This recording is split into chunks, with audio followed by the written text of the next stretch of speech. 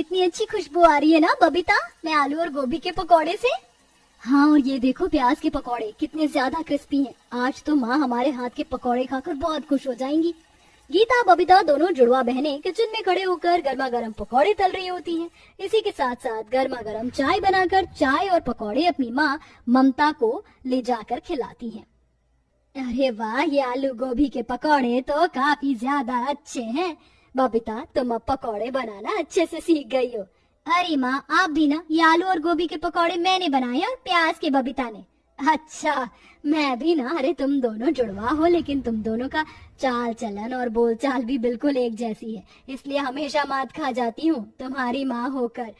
मैं तुम्हें ठीक से नहीं पहचान पाती, ना जाने तुम्हारे ससुराल में क्या होगा। तुम्हारी सास तो तुम दोनों में हमेशा कंफ्यूज ही रहेगी।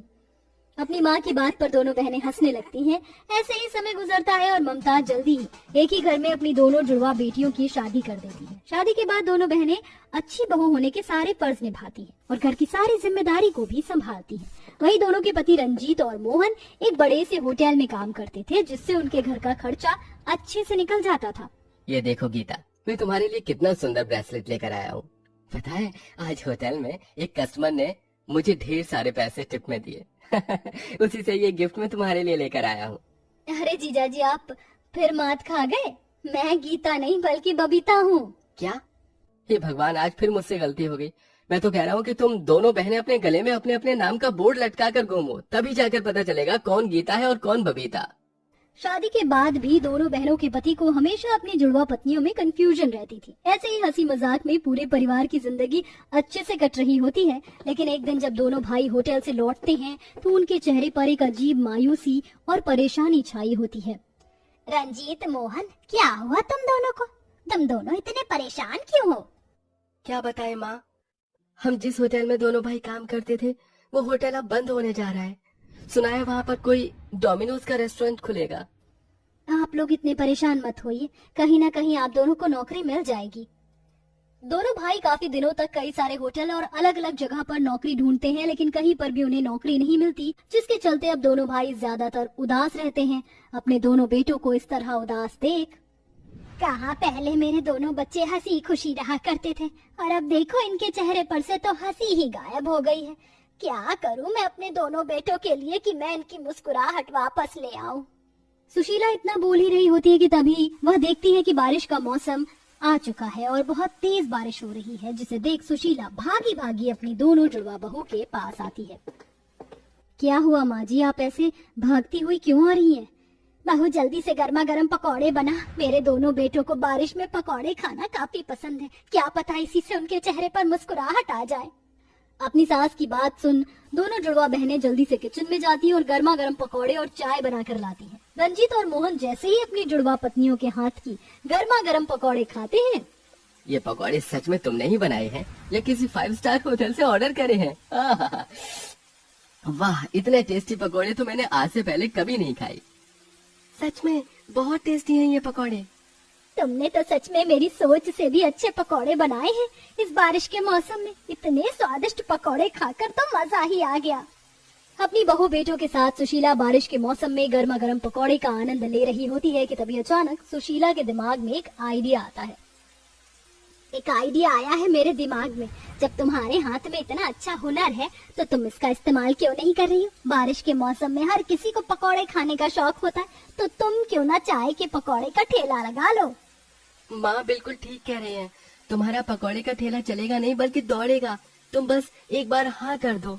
अपने ससुराल की हालत देखते हुए पकौड़े का ठेला लगाने के लिए दोनों मान जाती हैं और अगले दिन ही पकौड़े बनाने की सारी तैयारी कर ठेले पर पकौड़े बेचने के लिए निकल जाती हैं।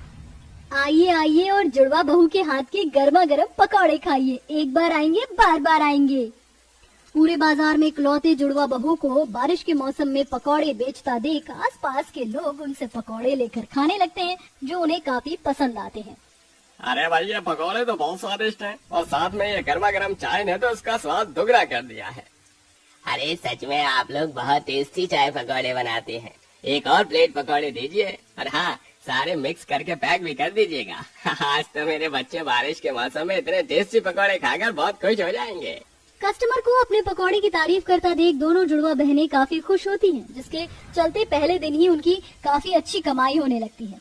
पकौड़े के स्वाद के साथ साथ जुड़वा होने की वजह से भी लोग उन्हें देखने के लिए उनके ठेले पर आते और गर्मा गर्म पकौड़े भी खाते, जिससे दिन पर दिन उनकी कमाई बढ़ने लगती है और कुछ दिनों में दोनों जुड़वा बहू का पकौड़े का ठेला दौड़ पड़ता है। वहीं दूसरी तरफ, अरे ये कैसे पकौड़े दिए हैं तुमने हमें? हैं? एक तो इतने ठंडे, ऊपर से कोई स्वाद भी नहीं है, सारे पैसे बर्बाद।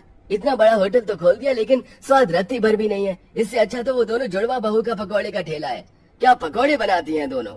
वो कस्टमर सेठ राजेश के पकौड़ों की बुराई कर सीधा जुड़वा बहू के पकौड़े के ठेले पर पहुंचता है और वहां से जी भर के पकौड़े खाता है। कुछ दिनों में दोनों जुड़वा बहू का पकौड़े का ठेला अब इतना फेमस हो जाता है कि कुछ लोग तो वहां ब्लॉगिंग करना भी शुरू कर देते हैं। देखिए गाइस, ये वही जुड़वा बहू का चाय पकौड़े का ठेला है जिसके पकौड़े खाने के लिए हम दूर दूर से आ रहे हैं। अगर आपको भी इनके पकौड़े खाने हैं तो मुझे कमेंट में जरूर बताइएगा, एड्रेस में पिन कर दूंगा। सोशल मीडिया की वजह से दोनों जुड़वा बहू पकौड़े के लिए काफी ज्यादा फेमस हो जाती हैं। अगर ऐसा ही रहा तो ये दोनों जुड़वा बहनें तो मेरा होटल बंद करवा देंगी। कुछ न कुछ तो मुझे करना होगा। अपना होटल बंद हो जाने के डर से राजेश भाड़े पर कुछ गुंडों को लेकर दोनों जुड़वा बहू के पकौड़े के ठेले पर पहुंचता है। तुम लोग कौन हो और यहाँ क्या कर रहे हो? चुपचाप से अपना ये पकौड़े का ठेला बंद करो और यहाँ से निकलो, आइंदा यहाँ दिख मत जाना। ये क्या दादागिरी है तुम लोगों की? हम यहाँ ठेला लगाने के लिए हर हफ्ते पैसे देते हैं, फ्री में नहीं लगाते। हम अपना पकौड़े का ठेला यहाँ से नहीं हटाएंगे, जो करना है कर लो। अरे लगता है लातों के भूत हैं, प्यार से नहीं मारेंगे। दोनों गुंडे लठ से मार मार कर गीता और बबीता का पकौड़े का ठेला तोड़ देते हैं और सारे सामान को भी नीचे फेंक देते हैं। देख लिया मुझसे पंगे लेने का नतीजा। इस बार तो सिर्फ ठेला तोड़ा है, अगर आइंदा इस मार्केट में दिखाई दी तो तुम दोनों की हड्डियां तोड़ दूंगा। राजेश और उसके गुंडों की बात सुन दोनों जुड़वा बहनें रोते हुए अपने घर आती हैं और अपनी सास और पति को सारी बात बताती हैं। उन लोगों की इतनी हिम्मत, मैं उन्हें छोड़ूंगा नहीं। रुक जाओ, तुम दोनों जानते भी हो वो राजेश कौन है। कई गुंडे लोगों से उसका कनेक्शन है। अगर कल को उसने तुम्हें या मेरी बहू को कुछ कर दिया तो क्या होगा? कल से तुम्हें उस बाजार में ठेला लगाने की कोई जरूरत नहीं है, तुम कहीं और ठेला लगाओगी। अपनी सास की बात मानकर दोनों जुड़वा बहुएं दूसरे बाजार में ठेला लगाती हैं, लेकिन इस बाजार में लोगों की ज्यादा चहल पहल नहीं होती है, जिसके चलते ठेला बहुत ही कम चलता है और ऐसे ही कई दिन गुजर जाते हैं। अब हर रोज की तरह दोनों बहुएं पकौड़े बिकने का इंतजार कर रही होती हैं कि तभी उनके पास एक रमन नाम का लड़का आता है। अरे दीदी, आप दोनों यहाँ अपने उस बाजार में अपना पकौड़े का ठेला लगाना बंद क्यों कर दिया? पता है, मैं अपने दोस्तों के साथ कई बार उस बाजार में आया था, लेकिन मुझे आपके पकौड़े का ठेला दिखा ही नहीं। रमन के पूछने पर गीता बबीता उस राजेश की सारी बात बताती हैं, जिसे सुन रमन को राजेश पर बहुत गुस्सा आता है। दीदी, आप दोनों और मुझे ये बताइए, जब उसके गुंडे आपका ठेला तोड़ रहे थे तो आसपास कोई ऐसी दुकान थी जहाँ सीसीटीवी कैमरा लगा हो? हाँ, थोड़ी दूर पर मेडिकल की स्टोर था, वहाँ पर लगा हो सकता है। बबीता के कहने पर रमन जैसे ही मेडिकल स्टोर पर जाता है कि सीसीटीवी कैमरा लगा हुआ देखता है और उस दिन की सीसीटीवी फुटेज निकलवाता है जिस दिन गुंडों ने ठेला तोड़ा था। रमन उस फुटेज को लेकर सीधा पुलिस स्टेशन में जाता है और अब अपने कुछ दोस्तों के साथ राजेश के होटल के बाहर जाकर नारा लगाना शुरू कर देता है। कौन हो तुम लोग और मेरे होटल के बाहर क्या कर रहे हो? हम तेरी गलती की सजा है जो अब तुझे भुगतना होगा। जो तूने इन दीदी के साथ किया है वो सही नहीं किया, जल्दी से इनसे माफी मांग ले। हाँ, वरना ये लोग तुम्हारा वो हाल करेंगे जो तुमने सपने में भी नहीं सोचा होगा। जानते भी हो किसे धमकी दे रहे हो? बबीता की बात सुन राजेश उसे मारने के लिए आने वाला होता है कि तभी सभी लोग अपना फोन निकालकर उसकी वीडियो बनाने लगते हैं। थोड़ी देर में पुलिस भी आ जाती है और राजेश को पकड़कर ले जाती है। रमन, तुम्हारा बहुत बहुत शुक्रिया, अगर तुम न होते तो हम कभी भी राजेश को उसकी गलती की सजा नहीं दिलवा पाते। दीदी, ये तो मेरा फर्ज है। अब आप जल्दी से अपना दोबारा से पकौड़े का ठेला लगाइए, मुझे आपके हाथ के बने हुए गर्मा गर्म पकौड़े खाने हैं। रमन की बात सुन दोनों जुड़वा बहुएं काफी खुश होती हैं, जिसके बाद अब दोनों जुड़वा बहुएं फिर से मिलकर अपना पकौड़े का ठेला लगाती हैं और कुछ दिनों में अब वो अपना होटल खोल लेती हैं और अब सब हंसी खुशी रहने लगते हैं।